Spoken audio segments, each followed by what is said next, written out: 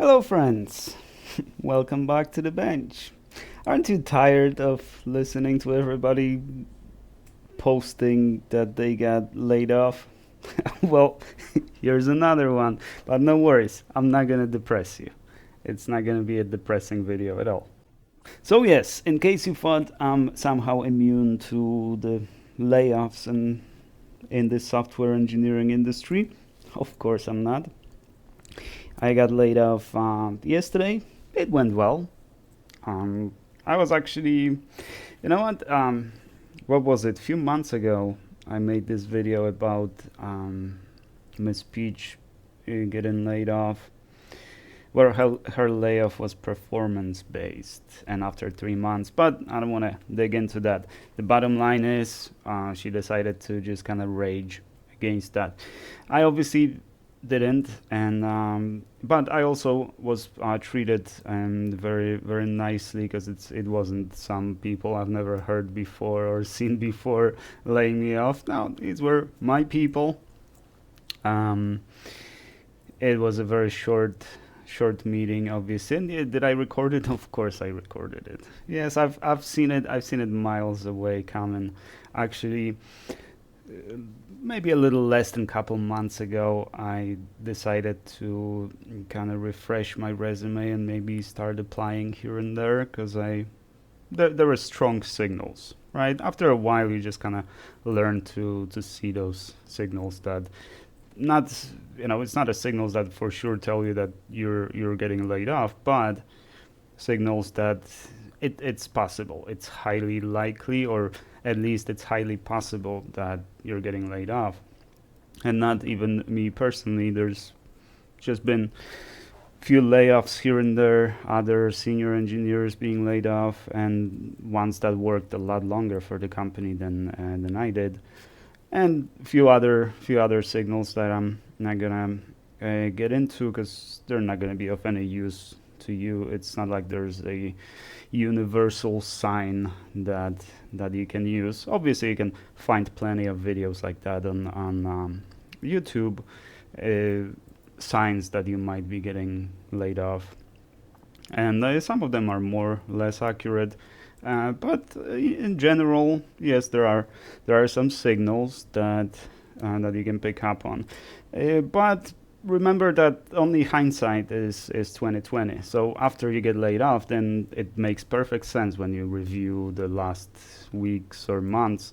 It makes perfect sense, but it's hard to see that when you're in the situation, right? And usually, you're just focused on work and just another day. So no matter how well you prepare for that day, it's always going to be unexpected. It's always going to be very sudden, and it's it just like that. You were working somewhere and now you don't work there, right? That's how corporations work, and I've talked about it, and I was pretty clear that that's how the game is played. If you don't like this game, don't work for corporations because that's how it works. Don't blame your managers. Don't blame the company. Remember that, and at the end of the day, what matters is the money. The bottom line needs to be what the bottom line needs to be, right? And sometimes, you know, especially in my position, I'm a senior engineer, so I'm not cheap, right? So obviously, if there are issues with money in the company, the most expensive people go first, right? And sometimes you can just replace an expensive engineer with much less expensive engineer. I don't know what the actual reason was in my case, and I'm not curious. I'm not interested. It's something that I've been preparing for, especially for the past 2 months. I was preparing for that, but as I said, no matter how well you prepare, it always hits you. It always hits you really hard. Um, important important thing is to just get get back up quickly, or if it really hit you hard, then don't start applying right away. Take a few days, to cool down. Um, I was gonna take because I couldn't take any PTO because there was so much work, and I didn't submit any preferred dates. So everybody took PTO before me. So I had to wait until everybody does their PTO, and then I could take some. I didn't I didn't get to take any, which is good because I have been compensated for that PTO. That's excellent. That's a lot better than as opposed to if I did take 2 or 3 weeks, a few weeks ago. That I would have been in worse position because at least I got a little bit more, a little bit more money than my last paycheck is significantly higher because of that. Plus, there's some severance. I'm not sure if I'm gonna be taking severance yet because I haven't read the agreement. I expect it's standard again in corporations. There are certain standards, and if you want your severance package, you need to sign papers that you're not going to be suing the company for wrongful termination or anything like that. And that's probably all there is. Some companies, some corporations also include some clauses that for like a year or 2 years you cannot work for the competition or something like that. So I just got to make sure there's nothing like that over there. But I doubt there is. If it was up to me, I would prefer to stay with the company. I had nothing but the best things to say about the company. It was not even the company, because companies are what companies are. What matters is your immediate team, and I really enjoyed working with my team. And I relatively enjoyed working on the projects I was working on. So if it was up to me, I would stay, right? At least another year, maybe even longer. And actually, when I was thinking about it, I wouldn't mind working there until the retirement. But no, retirement is very far away into the future in my case. So it's still a couple decades before I have to worry about that. So what next? As I said, well, I didn't say that, but right now, I guess my primary occupation right now is Black Horse Repairs. So I'm gonna be probably posting every day. Maybe I'll be posting a little bit more to my coding channel. There's almost no viewership on that channel, but if I'm not gonna be posting, there's not gonna be any views, right? So right now I'm posting, getting like 8 views or 10 views per upload. So obviously there's not much happening over there, but you never know. Maybe that one will become more popular. Although I think the time of coding channels being popular is gone. So well, that's only gonna be something that I guess I'm gonna be doing because I don't have anything else to do other than applying. I already started applying. Yesterday I just took the rest of the day off, just kind of cool down after the layoff. Today I updated my resume and I started applying right now I'm applying to senior engineering positions and like relatively high ones, and they offer like more money than I even want. Like the ranges started 160 to 280 or 180 to 300. Some even go to up to $700,000 a year. I do not need a salary like that, and I can't imagine what the requirements are, or the interviewing process, or the actual work, what it actually entails for $700,000 a year to be worth a person. I expect that you just work 24/7, or I've never had a job with such a high salary, so I don't know. But I don't apply to the high-end jobs like that. I'm looking for something in between. Right now, because this is suggested to me by LinkedIn and all the other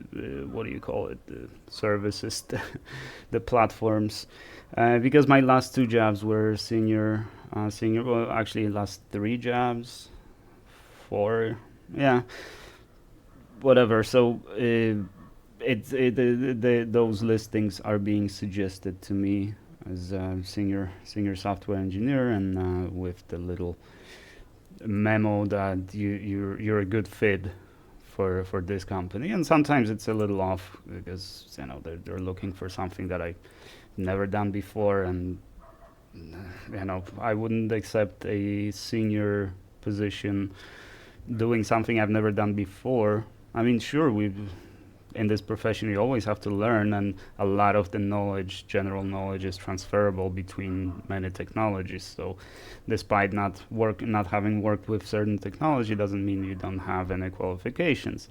But for like mid-level engineer maybe, but for senior engineer, what I expect from myself as a senior engineer is not only to do my job well, but also to mentor others and to be, the to-go person for with whatever questions you have, and have at least sizable experience in that technology. So that's what I'm doing. That's what I'm doing right now. I will.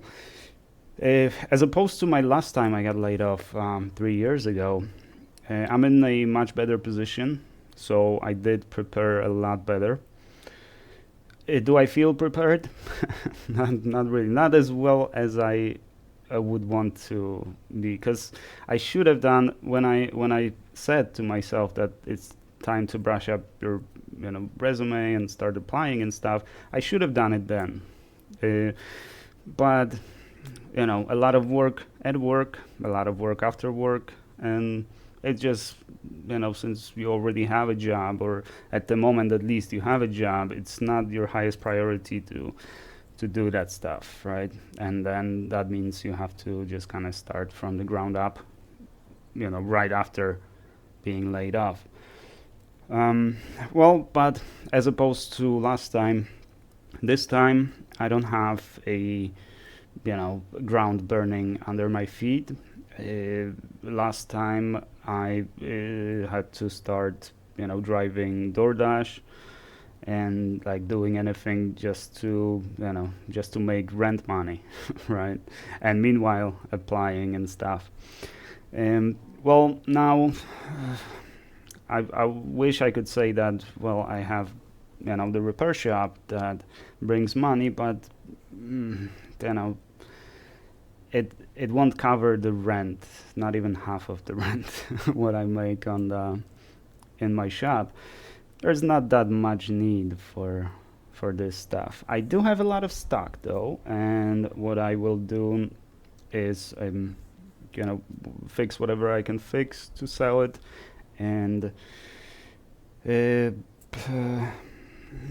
yeah, like sell whatever I can fix or whatever. I'll just do some sales and just sell it for even less than I got it for, just to recoup the money.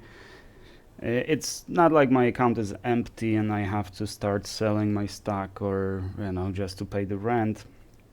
I can relatively comfortably look for a job for a couple months, maybe 3 months, relatively comfortably. Well, after 3 months, I have to have some sort of income. So that is kind of a deadline that I set for myself. Last time it took me around a month to find another job. A little less to find a job, but then it takes a while to start. So it was maybe a little over a month between the layoff and starting a new job. But as I said, then I was not prepared, not one bit. Pretty much living paycheck to paycheck for like a year and a half, 2 years, and that's the result. Sooner or later, you lose your job, and that's kind of how you have to look at it. If you are employed right now, if you have a job, if things go well for you, then start preparing for the time when the things will not go well. Whatever you have right now, use it to prepare for a day where you don't have it, right? So if you have a good job, save as much money as you can, um, because you might find yourself looking for a job for months. And there's this channel I've been following for a little while now. He recently got up to 2,000 subscribers. He's a 55-year-old gentleman that got laid off from like a comfortable position, and he also, just like in my case, he survived a few rounds of layoffs, and finally one of those rounds included him. And now he struggles to find any job, right?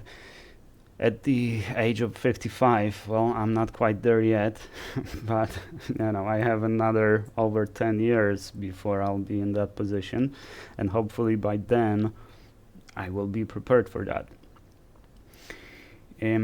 But also, I have certain skill set and certain industry that I've been working in for a while, and so my journey to find a new job is not gonna be as difficult as in his position, because of those two factors. I'm younger, and I have my industry, right?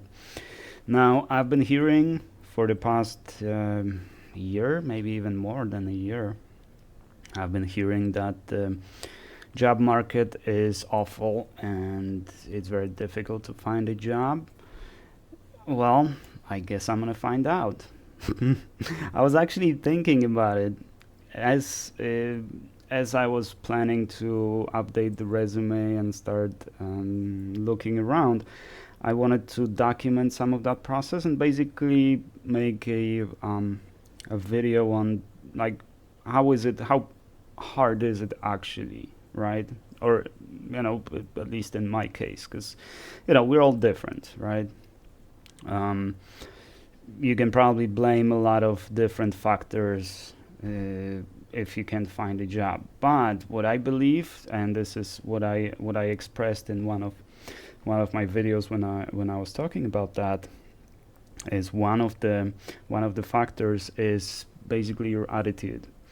And if you set yourself up for failure, meaning you got laid off, you did not prepare, you don't have any savings, you don't have any fallback plan, you have expensive car payments, expensive rent, you're paying off the new TV and Xbox and stuff like that, because you're living your life like you're never gonna lose the job.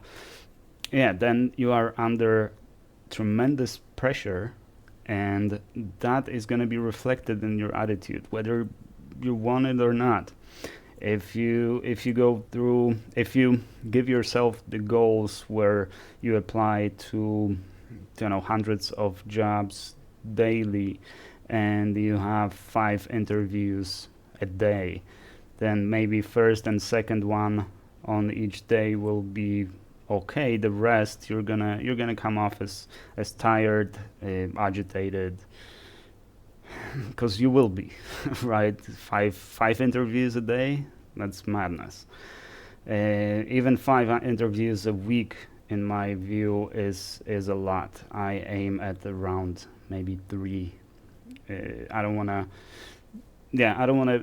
drop all that on myself, because that's gonna be reflected in my performance during interviews. So that was point number 1. Now, I forgot what the point number 2 was. I was thinking that it is time for change. In this industry, it's uncommon to be working for the same company in 10 years, 15, 20 years, or even for any company in the industry. It's not those times anymore. So we have to adapt with those changes, we have to adapt to the new realities, and new reality is that you'll be job hopping whether you want to or not. Not only because of layoffs, but the companies, they come and go. They go bankrupt, they get sold, or they just, especially a lot of the companies after the COVID hit, plenty of companies were created based on those needs that were prominent during COVID, and after COVID was gone, after we went to normal or new normal, those businesses just no longer had the niche.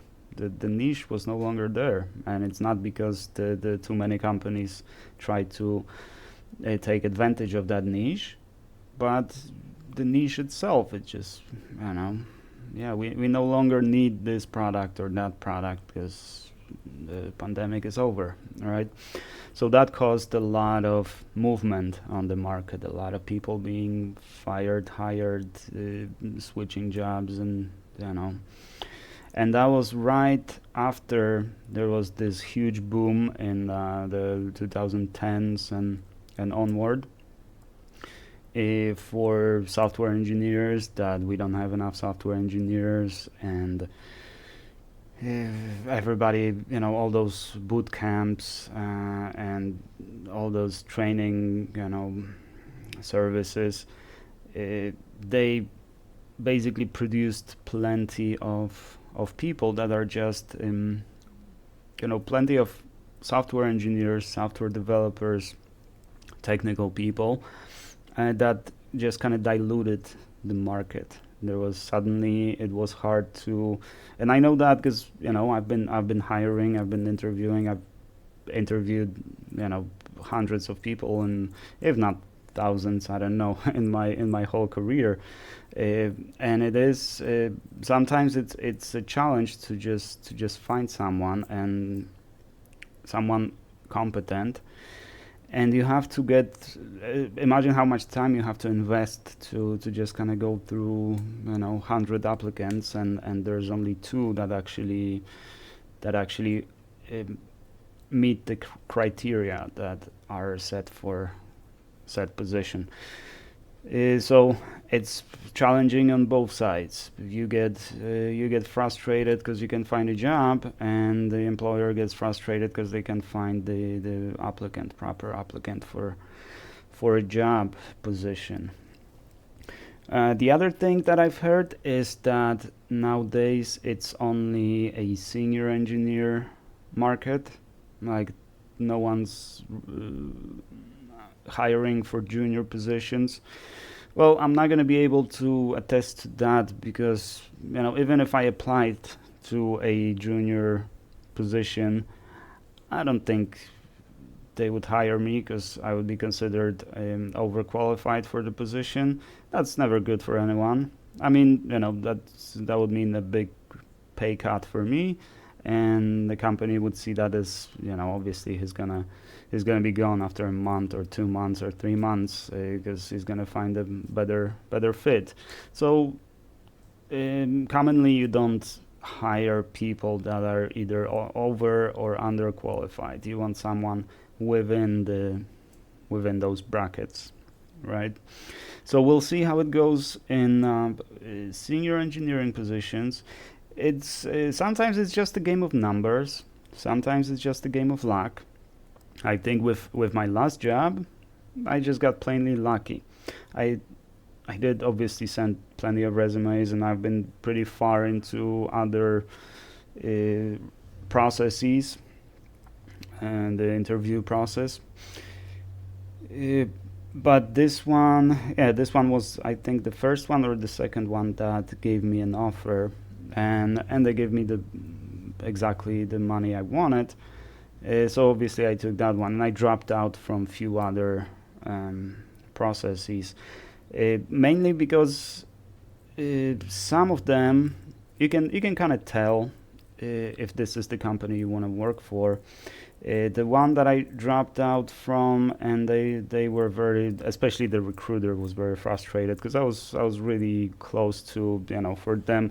Well, actually, in my view, they should have made this decision already, right? Because I already had, like, the written test, the coding test, the first interview with the, I don't remember, then the second interview with technical people, and also like kind of a technical test, then the third interview with the project managers and all that. And normally that's it. Normally you get, three meetings, because first you usually do the one with HR, one with your direct manager, right, and maybe someone from the team, and the third one with like product people, the business people, that kind of stuff. And if no one has the objections, then you get an offer, right? Or if they select you from the group that they interviewed. They in that one they said that after those three interviews and tests and all that, they said that there's going to be two more meetings, and then a flight to the office, and a third meeting. And I just said, no, if it takes you this long to make a decision, then then I'm pretty sure I know what kind of company you guys are running here.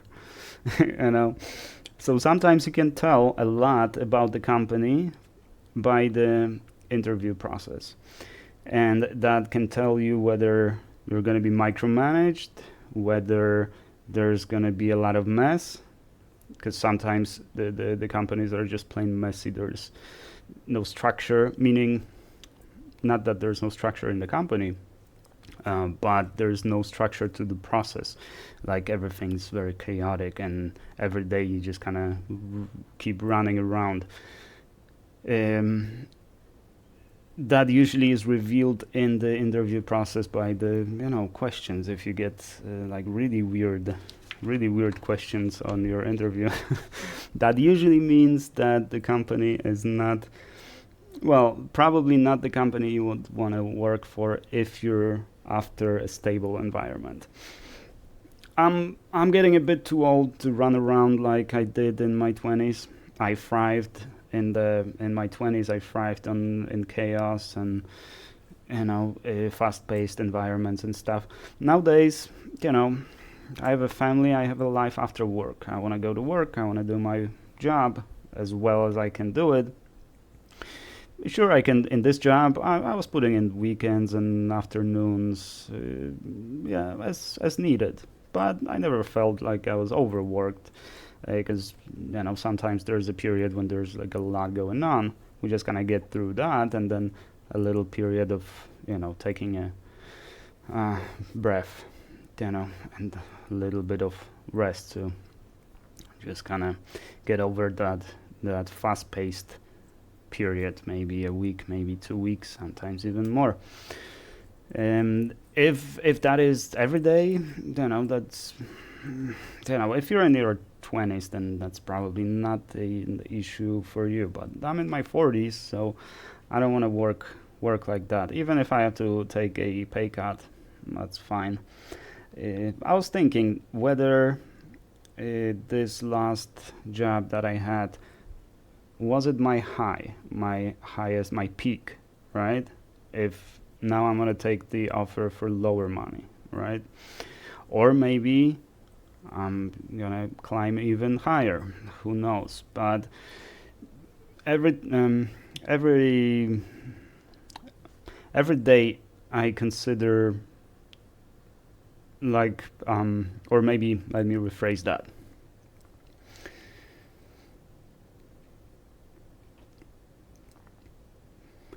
I treat every day like the best day in my life, the luckiest day in my life. Like, expecting that all the days following today are gonna be worse. Maybe not uh, dramatically worse, maybe not significantly worse, but worse, and it's gonna go down and down and down, right? For that reason, I just every day I prep for those hard times. That would be my advice to you. But if you're interested how my journey of finding a new job pans out, and definitely leave some comment, maybe give me a like to just kind of pick me up, because as I said, no matter how much you're preparing for that, no matter how much you're aware of that, it's always quite depressing, because considering different possible outcomes would be like, why didn't the company like give me an option, like maybe you take a pay cut and you stay with us, or maybe you transfer to another team, or maybe we can no longer give you the employment, but maybe you want to do contracting work for us or something like that. And I've had that in the past, and I got laid off from the one team in the pretty big company, and as soon as the other team heard that Raf is leaving this team, they immediately gave me the offer, like even with the raise, come work for us, come work with us. And that was pretty much within the same company, so I didn't have to do anything.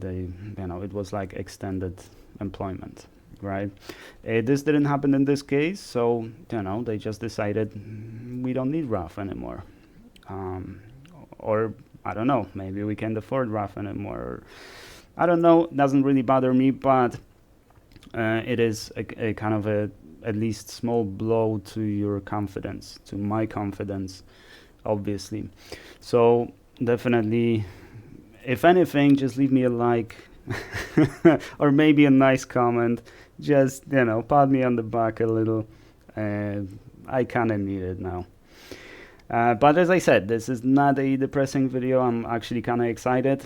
After every layoff, after every time I leave the company or am laid off from the company, it's this great feeling of relief. Like suddenly all of that stuff that I had in my head, what I have to get done today, tomorrow, next week, my deadlines, the projects, all that stuff, all of that goes away in an instance, right? Just with that 1-2 minute call in the morning. And actually, I just realized that I hate being laid off on Mondays. Last time I got laid off on Friday. That was a lot better. That gave me the weekend to just kind of collect myself, update the resume.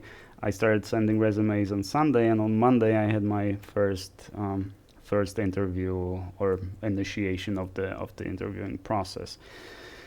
On Monday, it just kind of completely threw me off, right? Because I was getting ready for to tackle the week, tackle the the typical problems that I solve every day. In this case, suddenly my week has changed. So yesterday I didn't really do anything. I figured I just need to shake it off and start strong on Tuesday, and that's what I'm doing.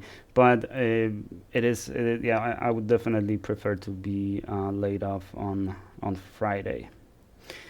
And actually, since today is the end of the sprint, I actually finished my sprint on Monday. And on the layoff call, I informed my managers that I just pushed the code, right, for the feature I was working on, and that was like a last part of a lot bigger feature, and we really wanted to finish it this sprint, and I did. So I left the company finishing my sprint. I know it probably doesn't mean much to anyone other than me, but it means something to me. I didn't leave any work open. Well, actually, I did. I do have some stuff that, hopefully they can find all that code. That shouldn't be an issue. But yeah, I no longer have access to anything because, as I said, that's how it works in the corporations. Right after the call, the access to everything is locked. So it's not like you can say goodbye to your team or anything like that. that's the way it works. That's how the game is played. As I said, if that is a big issue for you, then don't work for corporations. But on the other hand, in corporations you also get a lot of other benefits. So it's that's just something that you need to be aware of working for the corporation. Like one day you have a job, the other day you don't. That's the reality of it. Alrighty, I think that'll do. I have few boards in the mail that I need to fix. Well, I don't need to, but I have nothing else to do other than applying for the jobs. And I guess expect a video from me every day now. And if you're interested, I will be updating you guys on my job search, and maybe we'll have some nice recorded calls.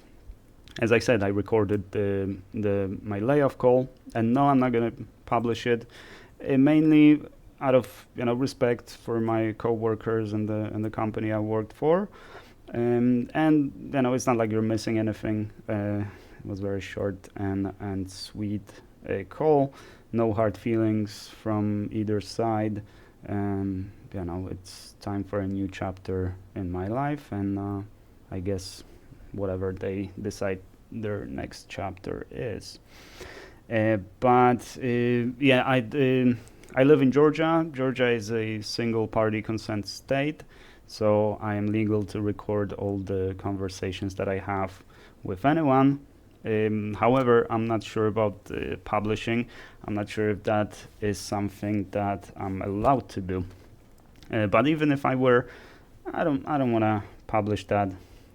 As I said, out of respect for the company and my coworkers. And lastly, if anyone from my team is watching that, thank you guys so much. I've loved every day of it. that was the best team. I'm gonna miss you guys. Maybe we'll run into each other somewhere, probably. Well, maybe on some event or maybe some conference or something, and maybe I'll just look you up on LinkedIn. But all the updates that you can possibly hear from me, you'll probably hear on this channel. So thank you very much for checking up on me. Okay. If you are checking up on me, I'm fine. I'm a big boy, no worries, and no hard feelings at all. And the rest of you guys, thank you so much for being with me for these almost 2 years. Black Horse Repairs was also one of the things that I started as a redundancy, because I thought, it's just a matter of time before I have to look for another job, and it might take me a while. And I figured if anything, that will at least give me some exposure. So speaking of which, if you guys know of any positions that you could recommend me for, or send me a link, or maybe you are hiring and you require someone with my skills, reach out, or just you got my blackhorserepairs@gmail.com email, and you have the comment section under this video as well. So definitely let me know. I could definitely use some support from community right around now. But again, don't cry for me, because it's not anything that I didn't expect or was not prepared for. Alrighty, thank you guys very much for watching, and I guess I shall see you tomorrow.